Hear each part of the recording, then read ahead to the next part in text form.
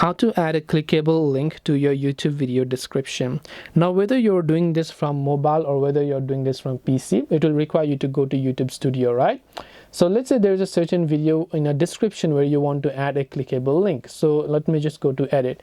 If you want to add a clickable link inside of YouTube description, what you actually have to do is you have to add it in an HTTPS format. So if it is Facebook, right, you want to add a link to Facebook, you can't type facebook.com. You need to add the link with the HTTPS format, which is https://facebook.com. If you just type in point blank facebook.com, then that will not be clickable when someone views it.